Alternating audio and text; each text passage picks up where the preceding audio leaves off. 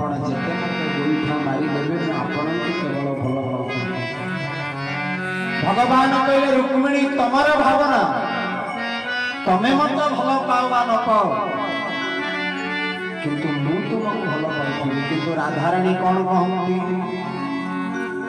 ଆଜୀବନ କଲି ତୁମକୁ ଭରସା, ଆଜୀବନ କଲି ତୁମ